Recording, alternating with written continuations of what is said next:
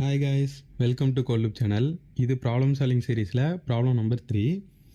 So இது என்ன program அப்படி பார்த்தீங்கன்னா பேட்டர்ன் ப்ரோக்ராம். இது ஜோஹோவில் ரீசெண்டாக கேட்ட ஒரு பேட்டர்ன் ப்ரோக்ராம் தான்.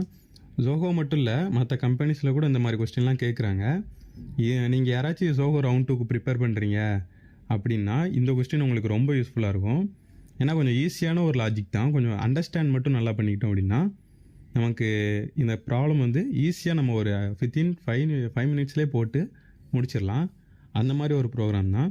ஸோ யாராச்சும் உங்கள் ஃப்ரெண்ட்ஸ் யாராச்சும் ஜோஹோ ரவுண்ட் 2க்கு ப்ரிப்பேர் பண்ணுறாங்க அப்படின்னா இதை ஷேர் பண்ணுங்கள். ஓகே, நம்ம கோடில் போயிடலாமா?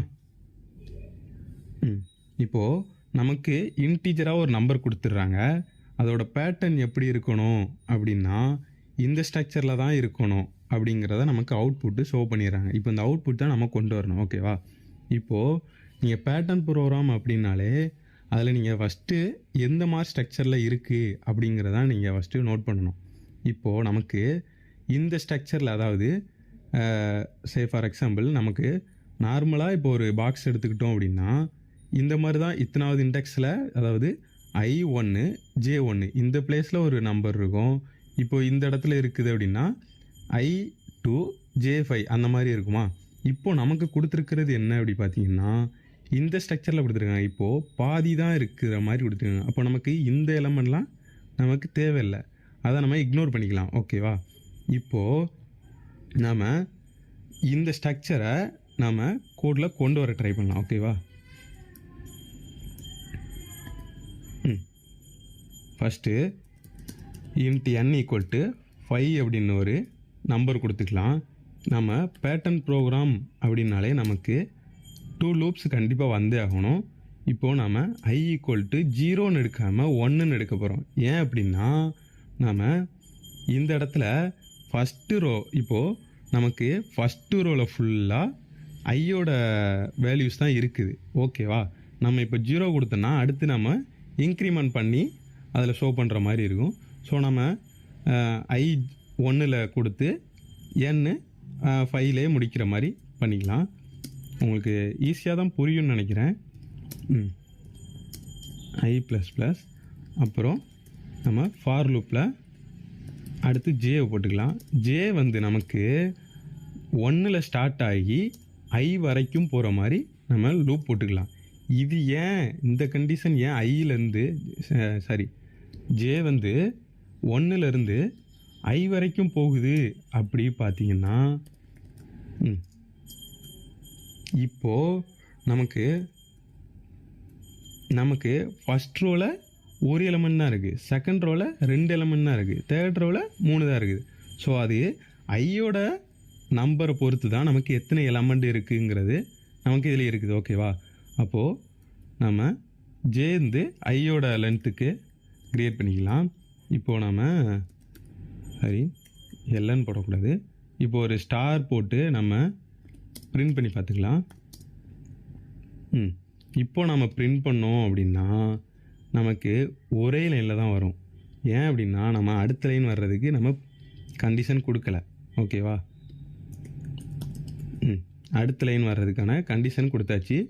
இப்போ நம்ம பேட்டர்ன்ஸோட ஸ்ட்ரக்சரை கொண்டு வந்தாச்சு. ஓகேவா? இதுதான் நமக்கு கொடுத்துருக்க பேட்டர்ன் ஸ்ட்ரக்சர். இந்த மாதிரி வந்துருச்சா?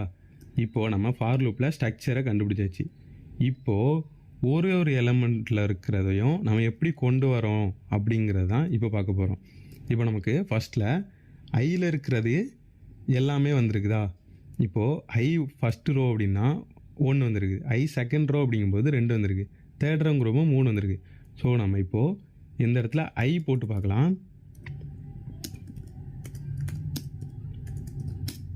இப்போ ரன் பண்ணி பார்க்கலாம். நமக்கு ஃபஸ்ட்டு காலம் வந்துருச்சு. ஓகேவா? கரெக்டாக வந்துருச்சா?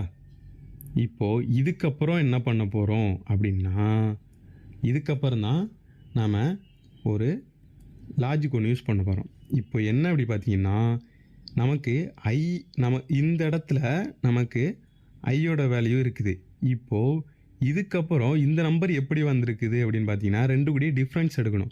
2 கூடி டிஃப்ரென்ஸ் எடுத்திங்கன்னா 4. இப்போது 4 + பண்ணால் 6 வருது.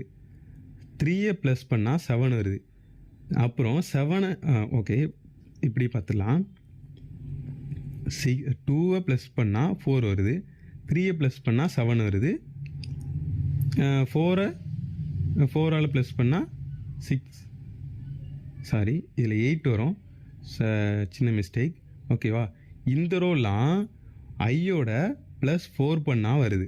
ஓகேவா?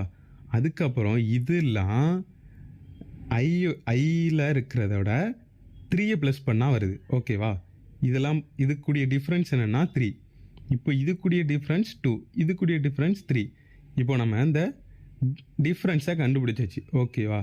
இப்போது நமக்கு இந்த மாதிரி வந்துருச்சு. அப்போது ஃபஸ்ட்டு காலமில் 4, அடுத்தது 3, அடுத்து 2, அடுத்து 1. ஃபஸ்ட்டு இருக்கிறத விட 4 ப்ளஸ் பண்ணால் அடுத்தது வருது. அடுத்து 3 ப்ளஸ் பண்ணால் அடுத்தது வருது. அடுத்து 2 ப்ளஸ் பண்ணால் அடுத்து வருது. ஸோ இந்த ஸ்ட்ரக்சர் நமக்கு தெரிஞ்சிருச்சு. அப்படிங்கிறதுனால இந்த இடத்துல n மைனஸ் ஜே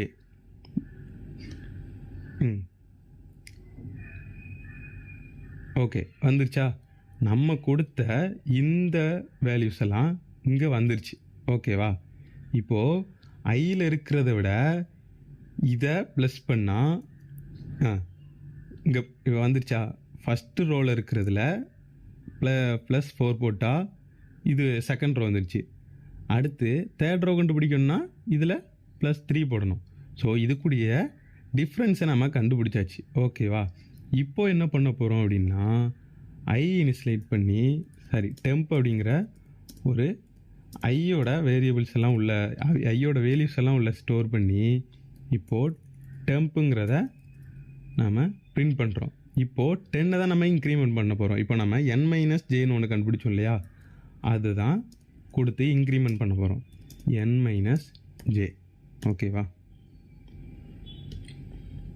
இப்போ ரன் பண்ணி பார்க்கலாம். வந்துருச்சா? அவுட்புட் வந்துருச்சா? சின்ன லாஜிக் தான்.